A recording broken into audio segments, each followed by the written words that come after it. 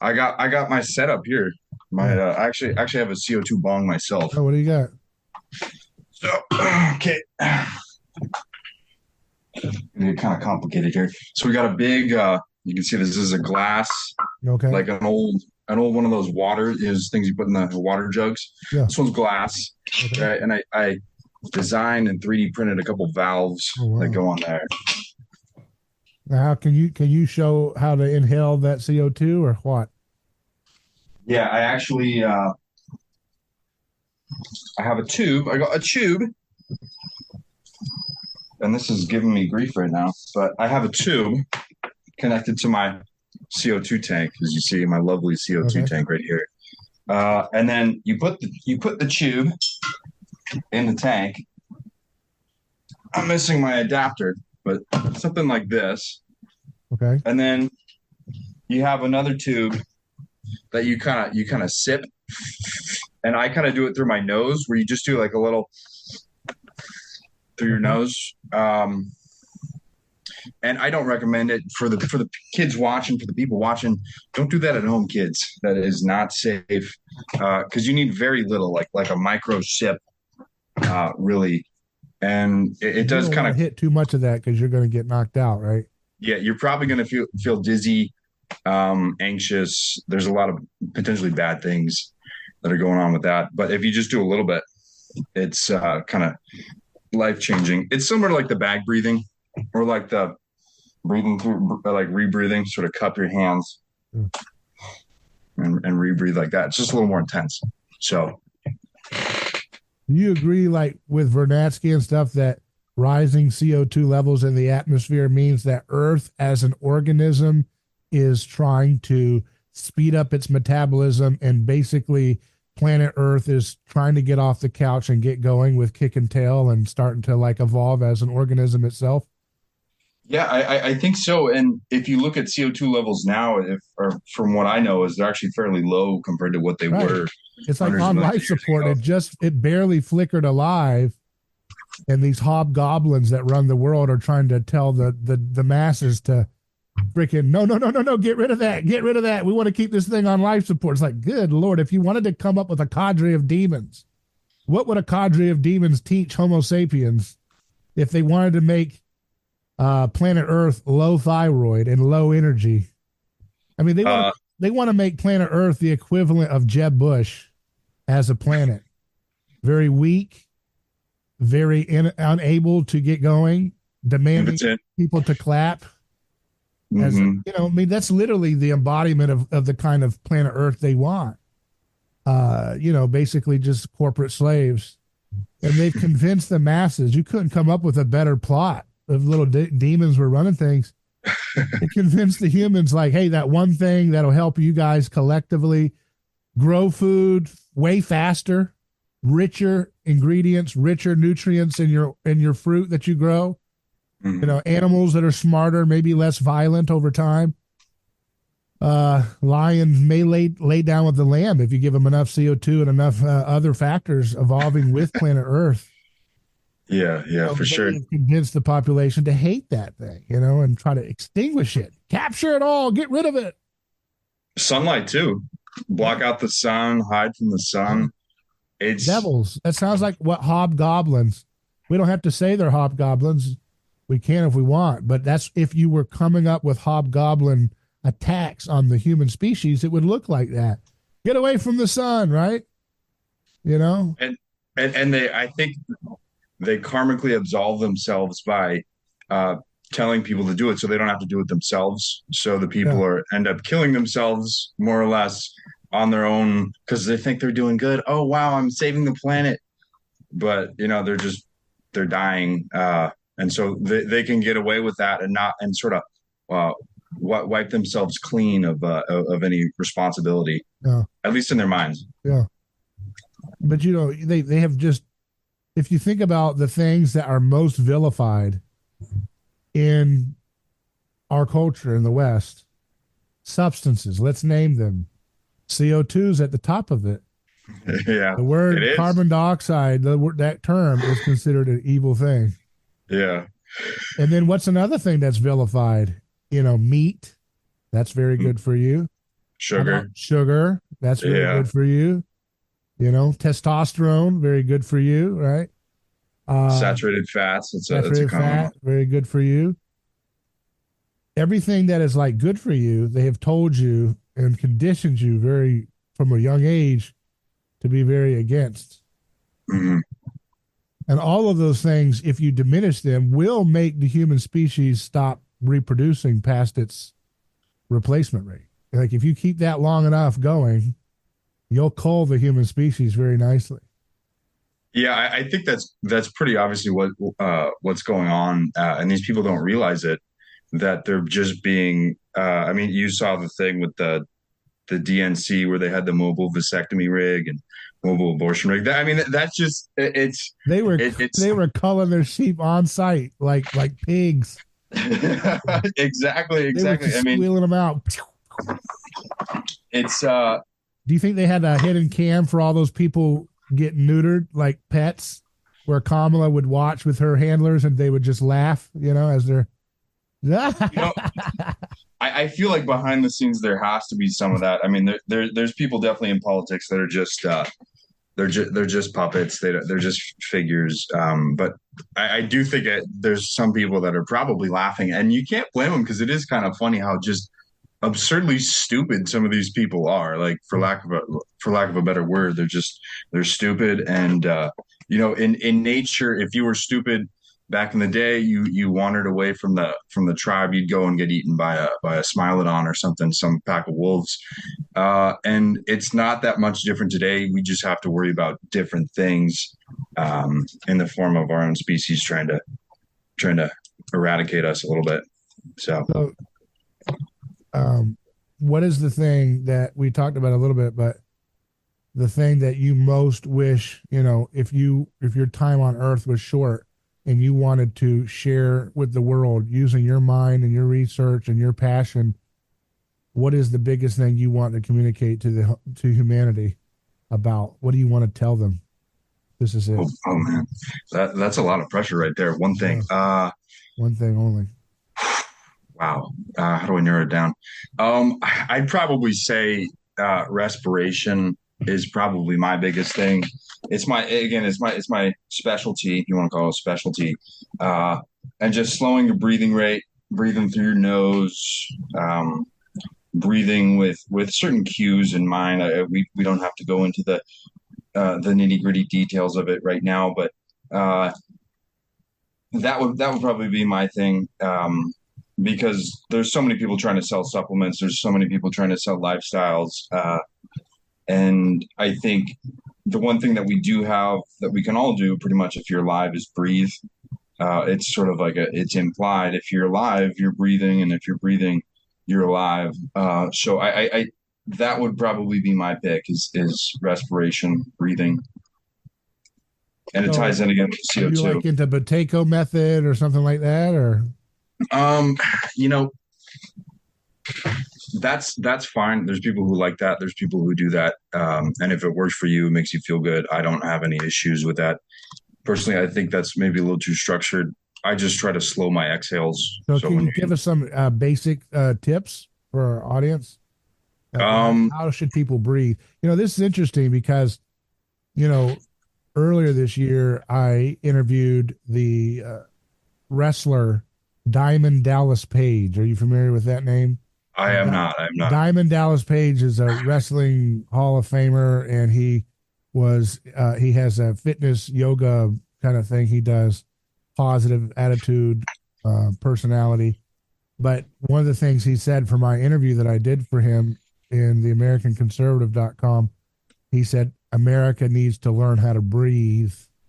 And then Yeah. after he said that, I've been on a journey. It's so funny because I didn't connect it together, but it was like the Mhm. motif of this year has been me trying to better understand respiration and carbon dioxide. And so I went on a journey, recently come back, and I still need to give a report about my findings there. But I went on a journey to 10,000 feet elevation for several weeks Yeah. to try to understand the effects of high altitude for carbon dioxide retention and all this. But I've been going and just learning as much as I can from various sources.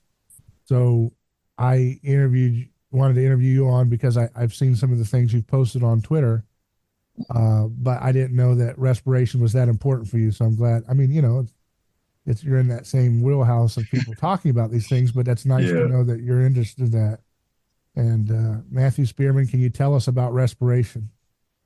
Okay. Um, well, I just want to say, start off, you shouldn't have to think about respiration. And that's Right. one issue That's the thing I that have. irritates me about it. Yeah. Uh, The whole concept. It's like one more thing to deal with, you know? yeah. And like you think about, if you have to think about respiration, if any organism ever had to think about respiration, we would be in trouble. We would have been in trouble a long time ago. And so it's not necessarily something you need to like overanalyze and try to force. I think a big part of it is uh, people underestimate diet and environment, because let's say you go and run as hard as you can for as long as you can, and then you try to you try to breathe through your nose, you try to do all these healthy breathing practices. It's going to be a struggle in that state. And if similarly on that same sort of spectrum, if you're eating a toxic diet, your gut is constantly inflamed and damaged, and you have whatever other stressors, mold, heavy metals in your environment, in your body, respiration is going to be a struggle. And this is something that even I notice if I do something that is absurdly stressful. It doesn't really happen often, but let's say you eat something bad, you have some sort of stomach ache, you're going to notice your breathing habits change without you having to think. And you can sort of consciously try to force it, but for the most part, it's going to be a struggle. You're fighting against just the nature of things by not sort of addressing the problem at its core. But that said, I think in regards to breathing, the key points are just trying to breathe through your nose and then relaxing on your exhales. So not trying to forcibly exhale. There's people who do like the Wim Hof breathing, and there's all sorts of similar techniques. But if you just breathe in and then sort of almost let go, so you're relaxing, and that's how you should naturally exhale. Is should be mostly passive. And Um, how many breathings should you do every minute? How many uh, inhalations and exhalations? you know, I think that depends per person. Um, it depends on the person. It depends on their state. Again, once if you're exercising, if I go and work out for an hour, my breathing rate is going to be a lot different than it is right now, just hanging out. Um, so I can't really give you an answer there, unfortunately. There's some resources online that may say, oh, do this, do that many breaths per minute. And I think what that does is it gets people kind of neurotic, and they say, oh my God, I'm supposed to breathe 9 times, but I Yeah, breathed yeah, 11 times, yeah. I hear and all then they that start stuff. to get, Yeah. yeah, and then they start to panic, and then that subconsciously triggers some sort of uh, stress response, which actually makes breathing harder, and then you're going to naturally hyperventilate more. So people are going to like this answer. You might not like this answer, but I just don't think you should really track it. I mean, No, maybe I once. like that answer. I'm trying to find out what people are talking about breathing. Because if breathing is that important, I would assume that your body, if you don't think about it, would typically breathe the right way. Yeah, You know? absolutely. But And that's what. I don't know how much And PUFA poisoning does to disrupt the breathing, but and other things like that. Being it in a definitely. humid, hot environment like Florida, I mean, dear God, the kind of breathing you probably, that's where I live, and Oh I don't know boy. what that does. Yeah, I know, right? So, but then you start overthinking everything. It's like, I visited Colorado, but I mean, that's a deranged state politically. Mhm. Really insane people running that Yeah. thing. And like, well, if it's so good to breathe up there, why the hell are they so stupid? Yeah. Collectively, There's definitely more factors than just respiration. right? So But why is it so important for you, though? So I guess what I'm getting at. What do you think? I just think because it's free, it's accessible at all times, and it's as much as it's something you want to consciously or you can consciously change or be mindful of. It's more or less a feedback mechanism. It's where if you notice your breathing is not, if you're hyperventilating, you're breathing through your mouth, your exhales are forced, and they're very short. That's when you should be able to recognize that, okay, I'm being stressed in some manner. And again, that could be through your gut, that could be through the environment. Maybe it's artificial light, maybe it's mold, Wi-Fi, whatever. So using your breath as one of the first signs of stress or dysfunction, as opposed to something you should necessarily worry about and try to consciously modulate all the time. So Now, uh, there's other ways to get carbon dioxide, besides breathing. People can, like you said, breathe in their hands or a paper bag, or they can do carbogen inhalation. mhm. Steve Scott's got the bodysuit called the Body Stream. Yeah, Have you yeah. tried any of those things? What do you think of those methods for getting more CO2? If that's such a, I mean, first of all, do you agree with this idea that CO2 is like I've heard it described as like the master molecule of metabolism and regulation of the systems that involve, metabolism and energy production and regulation? Yeah, I'm not I'm not a nerd in the sense where I understand the chemistry of it and possibly the physics of the molecule itself and how it interacts. So I can't speak to that, but I do think calling it the master molecule is pretty accurate. That said, with those things like the bags, with the rebreathing, even my own CO2 device, there's definitely a limit, and it's easy to go overboard. I think with the bags, with the suit, it's not. It's a little bit safer because you're not inhaling it; it's just being absorbed through the skin. I actually like that. I do. I had a couple ideas of combining it with red light. I feel like that could be kind of cool with like a clear bag. Like I don't know if you've ever seen one of those like those things that you put over a cast in the shower. It's like this plastic. It's a plastic bag for an arm or a leg, and using that, putting wetting it so the CO2 dissolves easier, and then using some sort of light, whether it's sunlight, red light. Um, but in summary, I think that those extrinsic methods should be used or can be used strategically, but I think that the most important thing is getting your whole body to produce CO2, as much CO2 as it needs, because it's only going to produce it's going to produce the perfect amount based on your current circumstances, and you just have to change those circumstances to I guess fit your goals um, or help yourself in that sort of way. So um, I I think a lot of those are kind of gimmicky and expensive, like the carbogen machines. I wouldn't waste money on that, but that's just me. If you have it, it's cool. It's definitely a nice thing to have. I don't think they're necessary.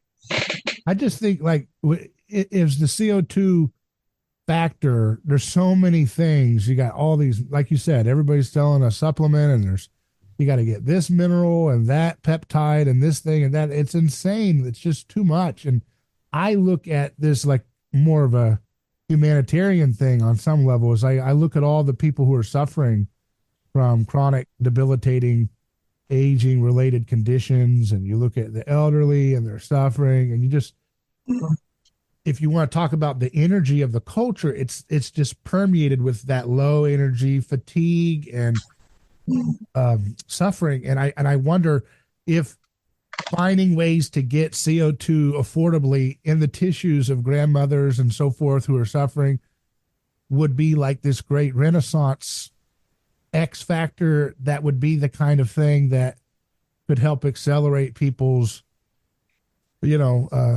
quality of life. And you know what I mean? Is that something, like you said, something that's affordable? It's not patented. It's not some expensive little gimmick supplement, but if there was ways to get CO2 more efficiently in the tissue of all these suffering people, could that be like a renaissance of health in this country like we've never seen before? Yeah, the issue with that is there's so many different ways to do that. Various vitamins like thiamin's a big one. Pretty much any B vitamins, magnesium, most minerals, sodium, potassium, calcium. Um, they're going to eventually contribute to the higher CO2 in the body, along with other stuff like sunlight, um, the Earth's own electromagnetic fields, grounding, you name it. All that's going to indirectly contribute to higher levels of CO2. So I don't know if there's a specific device that will ever necessarily be able to do that safely, because like with my CO2 setup, which is it's fairly inexpensive. You get the CO2 tank, you get some sort of canister, fill up the canister with CO2 and then lightly sip it. It's limiting because you can only inhale so much at a time. And I guess maybe if you were insane, you could probably modify your environment. You could probably live in like an airtight room where you slightly increase the CO2 levels or something like that. That might be a potential thing. But in regards to something that's accessible and cheap and not patentable, I don't know if that's something that's going to be uh, done in the near future. I just don't see any It's just so potential. many complicated. I feel like uh, it's a paradox to like what Ray Peat has contributed to is that on the surface, it's very working class friendly, like the things he recommends. But on the Mhm. other hand, it's so hard to get those basics right for people, the ratios of all these things, Yeah. that I think the masses, if they were to ever wake up and have a kind of conscious acceptance of Ray Peat's principles, I feel like it would quickly derange and fall into a cliff unless it's more something has to be done in a different way. I think you know what I mean. As people are quick to point out for all the haters of Ray Peat's ideas, and I got to know him, so I know the person's character that he was. Mhm. But there's a lot of haters that say this is like an excuse to just be esoteric and faddish and look at all the people who there's nobody losing excessive amounts of weight on this diet and all these things Mhm. and if you were to have people in mass try to emulate it, it quickly becomes well you need to be cutting the pills and stuff, and the cutting the pills things is just not gonna in my opinion that's not gonna scale to the masses in a healthy or safe way or Mhm. reliable consistent way. You know what I mean? That's one of the problems with the keto thing, right? That makes it so effective, right? Is that Yeah. when you first do keto, I mean, you will drop weight. Most people will drop weight very fast. And then Mhm. you start saying, "Oh, I can have steak and buttery mushrooms every night, and take even if you want vegetables, you take all these vegetables and douse them in butter and cheese, and it feels fun and it's pleasurable for a while, and the weight just flies off." And then you do the Ray Peat thing, and there's so many variable. Oh my God, you've got to get this trace mineral and that thing and this thing and that thing and this peptide and just endless, And that's, there's got to be a way to make this easier for people because I think the chronic disease and mental illness epidemic of this country is going to consume itself. Mhm. There isn't some kind of great pushback against it, holistically. Yeah, you think about national crises, the fact that that's not talked about all the time, it kind of shows you that the powers that be, whoever's running the show, they don't care and they actually want you dead. Yeah. Especially when you get into what their version of health is. Um, and the thing you're right on with keto. I think a lot of people they have this idea that health is associated with just being lean. Um, and I would say fat, a certain amount of fat with muscle is protective in a lot of ways. It's insulation. Back before we had central heating, it's physical protection. So if you get into a fight, as a guy, we store a little bit here. Nothing wrong with that. But if you're getting into a fight, you get punched in the gut. It acts as a little bit of of, uh, of a pad against for your vital organs. Yeah. Um, and it also acts as a reservoir for toxins. So all the stuff that we're exposed to daily, having a little bit of fat is actually beneficial, because then instead of that going into our brain, it goes into our fat, which it can then be slowly metabolized. But in regards to keto, people do that. They do something like carnivore, or they do fasting, and they lose a bunch of weight, and people go, wow, that must be healthy. And then the person themselves is, they end up manic. They end up with, all sorts of other issues, mental issues potentially, that they, say aren't related or what have you. So I think that's probably the biggest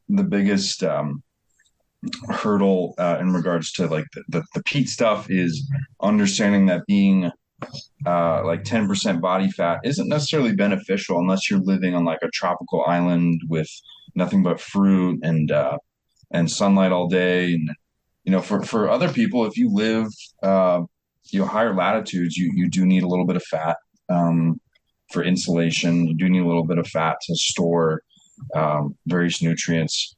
Because if you didn't back in the day, there weren't a lot of super lean people living in Norway back in the day, for the winter, when food was scarce. They probably wouldn't make it. But about Ray Peat, when we were talking about the pills and everything, they're really. I used to be a big supplement guy, like a whole stack. I've simplified greatly, and I think the more this goes mainstream, the more you're going to see that sort of thing pop up. Just people with different products, people with different supplements, Mhm. which, like you said, there's so many different variables. You can't just take a thiamine supplement and have it cure all your problems. You can't just take uh, a Bulgarian gray market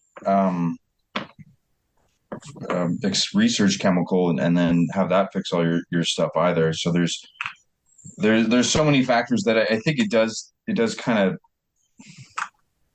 it's difficult to simplify, because people just they want to have a one track mind of, okay, what do I do, right? And then you say, okay, I want to not eat carbs, so you don't eat carbs, and now I'm healthy. Congrats.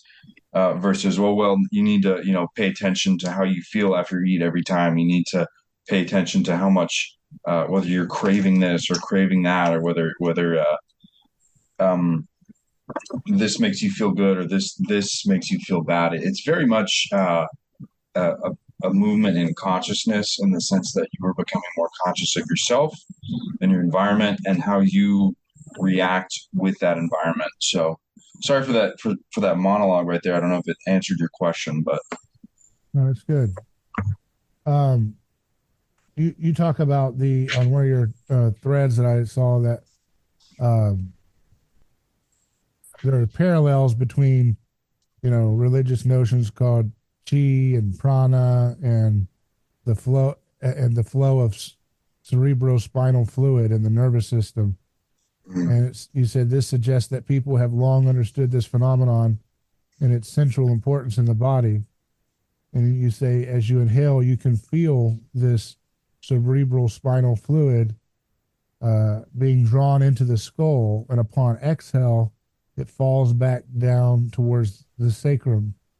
And then you talk about fascial tissue.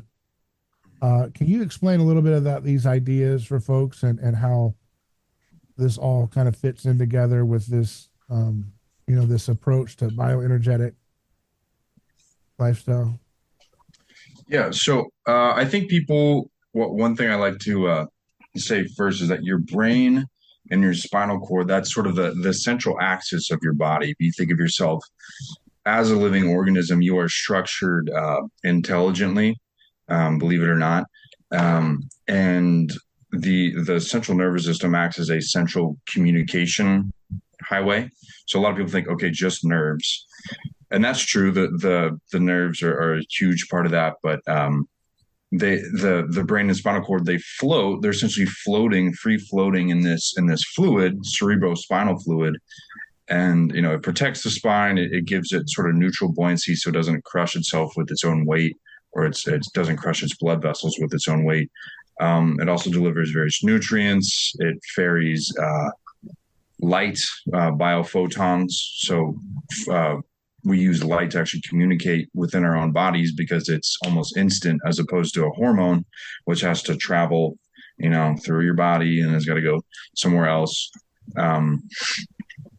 And also mechanically, the meninges, people might have heard of meningitis or something, inflammation of the meninges.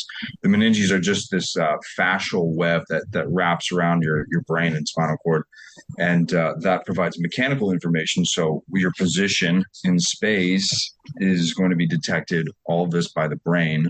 And so in regards to the breathing part and the chi and the prana, these are things that we can feel for ourselves. Like I was saying, so if you breathe, when you inhale, you might feel a slight pressure in your head. If you're not really used to it, you don't necessarily know what to feel for. It might not be anything significant, but it's something that the more you sort of meditate on it, the more you pay attention to it. You go, oh, okay, yeah, that's true. And these people, whether they be from like a TCM background or a yoga background, they had these different ideas for prana and chi, which were kind of life energy. It's one way to sum up life energy, which what it is, it's, who knows, it's probably just an amalgamation of everything in our bodies. And this is important again, as the central axis in our body. Everything relies on the spinal cord. Everything relies on the brain. If anything happens to it, you have an injury to the spinal cord, you can't walk. Like at a certain point, you can't walk, or if it's in the neck, you can't. You're paraplegic, quadriplegic, and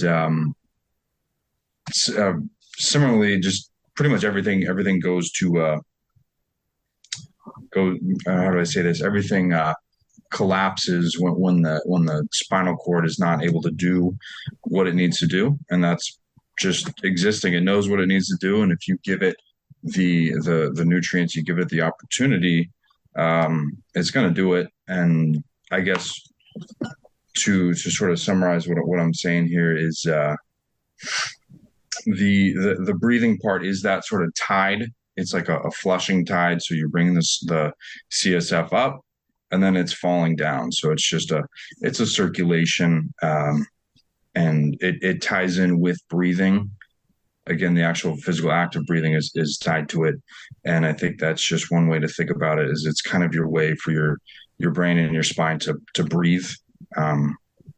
Because there's a lot that you could sort of go into the specifics of the different nutrients and the different characteristics of it. So what about light? You said our body communicates by light. Can you give some examples of that, or explain how that works and how that's different from hormones, and why do we need different layers of things like hormones and light communication and electrical communication and all these different layers of what's going on? Why is it like that? Well, living organisms demand coherence, self-coherence with itself. It's sort of the opposite of the idea of entropy, of chaos. Living organisms are perfectly orderly in a sense. And if there's any breakdown in that order, that's when you get disease and dysfunction. So with light, as I expressed before, hormones, they're a little bit slow. I think there's more an electromagnetic component to hormones.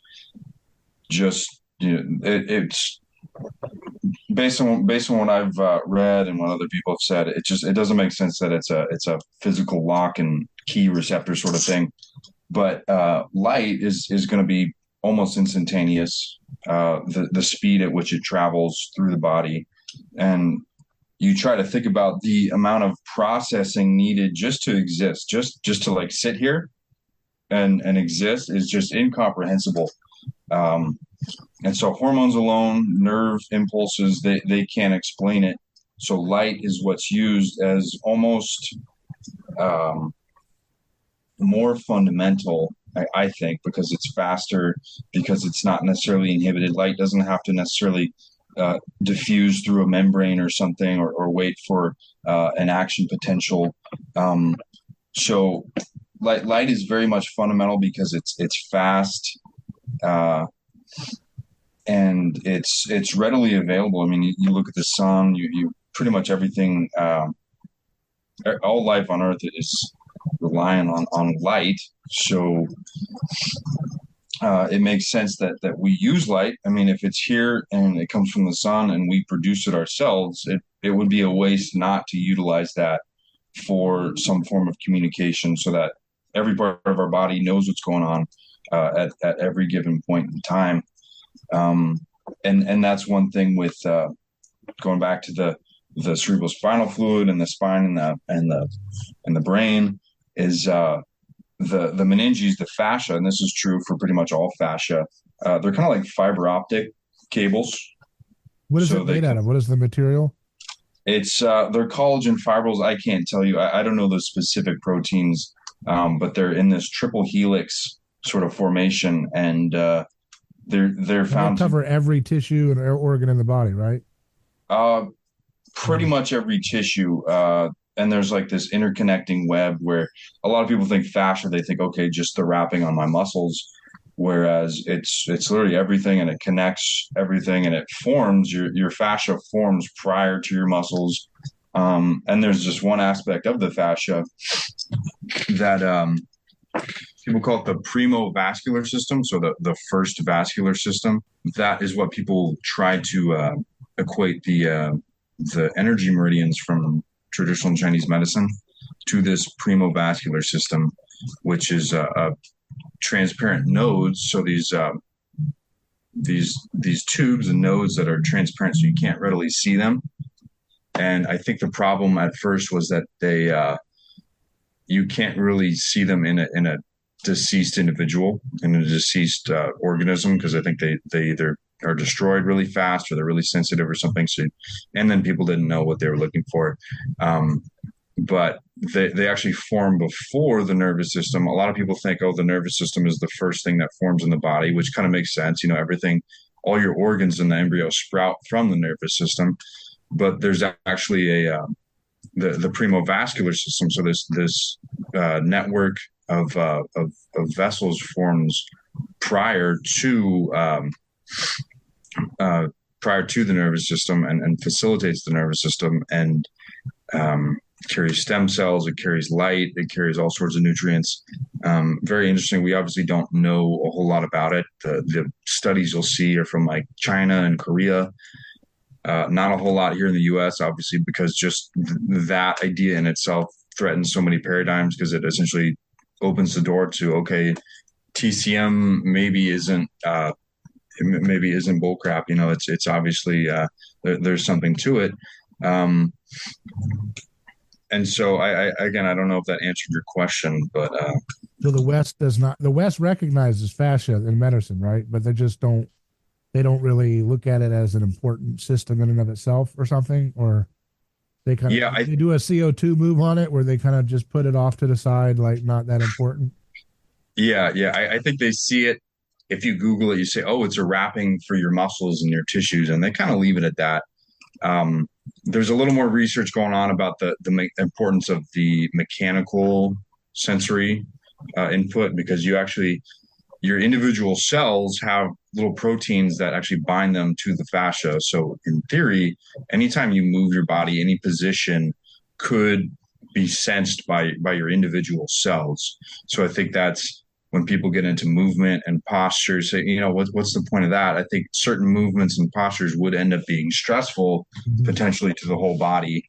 And then the opposite end of that spectrum is, you know, good movements, walking, breathing, whatever, just standing up straight is something that's sensed by the cells as a positive. So yeah, for the most part, the West doesn't really care about fascia, because I think when they do look into it, there's a lot of things that just bring up more questions, and they're questions that often make you question the current paradigm. So it's I think for the most part it's ignored. They try to ignore it and say, oh, you know, just don't worry about it, and then they leave it at that, and yeah. Well, just pulling back from it a bit, your name on Twitter is CO2 plus T3 plus B1, right? So, Yeah. what would be the taxonomic relationship between these three things that you think, encapsulates, I guess, what you think people need to be doing for health or whatever? Maybe you just put it there because you like them, but is there a kind of is there an analogy or something we could use to describe the relationship between carbon dioxide and B1 and thyroid as it relates to this energetic system that we're kind of describing? As you know, I did that interview with my friend Dr. Yu, who talks about how everything is magnetic. And I think that's a much more accurate view of physics, although I understand, it'll take some time for people to catch on to it. But this idea that everything is simply a one force, one field, one particle. We don't need to add all these kind of ad hoc, just so particles this way and that way, like the standard model does, because it's not necessary. Once you understand everything as a manifestation of dipolar magnetic particles and magnetic force, you don't need all these just so strong force and weak force. And, light is just a, oscillation wave motion through an existing magnetic medium, as Dr. Yu describes. I think it's much more in keeping with the bioenergetic paradigm, and I explained it a little bit to Ray Peat, off the record, and talked a little bit about it with him, and he was interested. But do you see these kind of molecules of B1 and CO2 and T3 as kind of a kind of holy trifecta of, good energy and good magnetic regulation in the body? You know, I when I made that my Twitter handle like a year plus ago, I honestly just made it up. I said, I don't know, I'm just gonna put these here. But I guess my rationale at the time, I'm in desperate need of a rebrand. I'm probably gonna rebrand eventually. But it's a good question because I think that I put it because CO2 is kind of this as we talked about before, this master molecule of health and life. B1, I just put B1 because I guess at the time I was macro dosing thiamine, and I just it made me feel great. I think it's the most important vitamin, so I guess that's why I put it.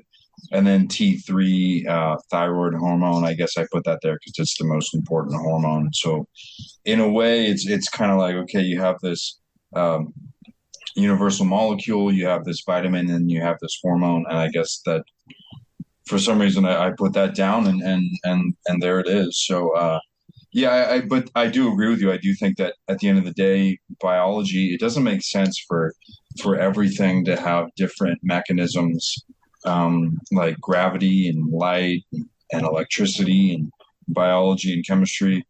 That just the commonly accepted model, just maybe I'm not very smart, but it doesn't seem it doesn't make any sense to me. It just seems way too complicated, way too convoluted. And then, like you said, they just kind of plug in made up things here and there to kind of support their theory to make it stand. Whereas the idea that everything is magnetic or electromagnetic is spot on. When I was watching that interview, it made so many things click. I remember watching water one time collect inside of a ditch, and just being like, wow, that looks like a magnet. The way the water collected Yeah. at the bottom of the ditch and sort of joined together. And yeah, I know there's some electromagnetic properties of water itself, but the act of gravity was to me at that point, like it kind of it struck something in me. Where I was like, wow, that's gravity isn't just this weird anomalous force that has all these weird has all these strange calculations. It makes sense that it's more or less electromagnetic. But yeah, I do think that those three molecules, in some way, I couldn't explain it to you, but I would imagine that they do have an immense effect on the electromagnetic. I I had an epiphany about magnetic things too. When you think about like the water birds, I was watching water birds and in a lake, and they were, I don't know if they were fighting or mating or whatever the hell, but they were going like this, and they Hmm. were they were just doing their little dance, like birds Hmm. do. Yeah. And it was so interesting. It just looked like some kind of magnetic entanglement going on, like almost a mechanistic form of nature just displaying itself. And I think about that as it relates to relationships. If everything is magnetic and all particles, including, consciousness, is a kind of magnetic phenomenon, right? And when from far away, people always look, can, not always, but when, if you're a magnetic desire, the grass is always greener on the other hill. I've always, and so there's a tendency within human desire to desire that which is other from them and their Hmm. perception, which is a manifestation of magnetism as your subjective perception of things is its own magnetic frequency. And so if you're looking at things, objects or jobs or locations, people that live in one state always hate that state. I want to get out to that state. Or if I'm in Hmm. that state, I got to get to that state. Or I live in America, I got to get to Belize. That's where all the expatriates that are cool are going. Or if I'm in this, I got to get to that. And nobody's ever really as content with what they already have, right? And that Hmm. wanting is a magnetic phenomenon where, oh, well, if I could just have that girlfriend or whatever, right? And that person, then my life will be complete. But as they become more psychologically close to you, just like magnets, okay, and free rotation, there can be same poles repel, right? Hmm. The more you're alike, the more you're fighting over finances, or the more you're fighting over who's doing the dishes, you're fighting over the same desires. Hmm. And now your desires subjectively seem same, and there creates the tension of repulsion. That which is other is intoxicating and is exotic, and that which is too close is a little bit more repulsive. That's why they say good fences make good neighbors. And this idea, right, can be dealt with through our own psychological practices of learning how to reorient our perspective of life to one that is more grounded in gratitude, which probably Hmm. thyroid and those other things help you get to better, I would imagine.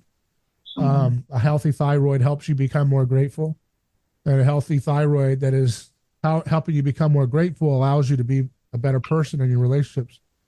But if you don't have those things, if you have stressors taking over your life, I would imagine that it's more likely that you can become enslaved to uh, more destructive ways of dealing with our sameness, and rather than, trying to find harmony in the closer you are, because that's what, great couples who've been married for 50, 60 years, they're very much alike. They become one flesh, but there's a way in which they harmonize it by still allowing for complementarity, which is the subjective perception of difference still within that proximity, right? If I don't know how to, I don't know if this is making sense, but it's kind of, if you find the place for harmonization and complementarity, so it's not all the same, because ultimately relationships and communities break down because people are vying for the same object, which is power and violence. And so if you can learn to not mimic in a magnetic kind of dance like the ducks, if you can learn to kind of, like, human beings have this kind of image of God where they're able to not be locked into the magnetism in a rote way, but actually choose how they play the dance in a way that can actually harmonize relationships that would seem from a uh, uh, would seem impossible to resolve in terms of conflict. Yeah, I think that if people who are like that, people who seek that sort of outside,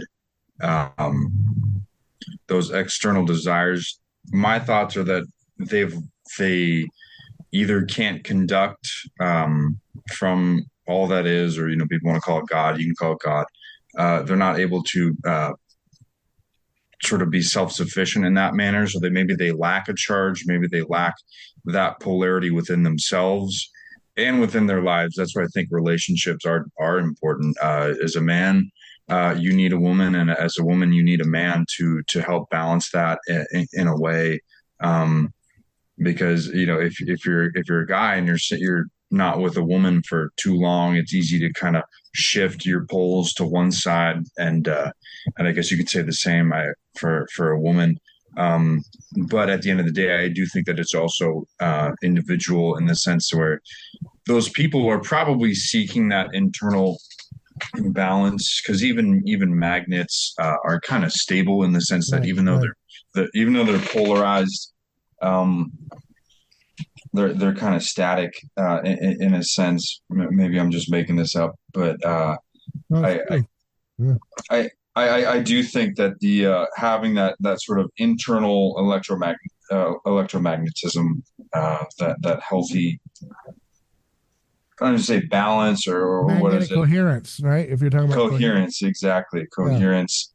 That's when you're going to be healthy. That's when you're Right. going to be happy. Just Right. existing. Right. You don't If need all these other yeah, things. if you have magnetic polarity within yourself, it's going to manifest it in a way that becomes a disorganized or dysregulated relationship with others, right? And so Mhm. you have to have kind of a neutral structure within your own magnetic fields of your tissue and your body and mind to get to the point where you can have healthy relationships with yourself and with the community around you. And I think that it's kind of like Eric Fromm was a psychologist that talked about falling in love versus standing in love. And it's kind of a silly thing, but in some way, but this idea of people falling and they need someone to complete them is a kind of Mhm. magnetic search for neutral structures, right? The opposite pole, right? The positive side of you wanting to find that negative to kind of create that neutralized structure. If you put two bar magnets together, they kind of line up, like you said, Mhm. in a kind of neutral, static, stable structure. But trying Mhm. to find that in somebody else or some object Yeah. is a fool's errand, right? Spiritually, because it's not going to happen. It has to happen within yourself. If you're needing somebody else, I need you, or I need this job, or I need this social status, right, or this zip code, or this car, or whatever, then or this wealth, then that's never going to give you what you're looking for. Yeah. Yeah. And I think in that situation where the person maybe has an incomplete or an incoherent magnetic structure, they search with someone else and they try to find it with someone else. When you combine it, I think that in itself creates another Right. incoherent structure, Yeah. because they're probably attracted to someone who's stable, and is stable in themselves, and then when they get attached on, it maybe disrupts various processes, and then you got problems potentially. So Yeah. Well, Matthew, I really appreciate having this conversation with you, and I hope it's been of a fruitful discussion for yourself. And is there any other thing you'd like to share with us, or final thoughts to share, or a website, or anything you'd like to give us? uh that's a good question. I do have a website. I'm in definite need of working on it some more. um but I mean, if anyone would like to talk to me, if anyone would like to maybe some insights on maybe they want to pick my brain, maybe they want to um they want some help with possibly some breathing situations, some health situations. I do have a little contingent of people that I'm working with one on one, and I definitely don't do things by the book. I don't do things. I guess you could say normally. I have my own unique perspective on people and life. And so if you'd like to do that, you can go to my website, vitaether or aether.com. We could probably put a link in the description that you can Yeah. click on. It's also on my Twitter page or my X page. Um, so, but I don't really think I have anything to say. I think we had a good talk. Yeah. David, it's been a pleasure being on. Thank you. I'm honestly honored.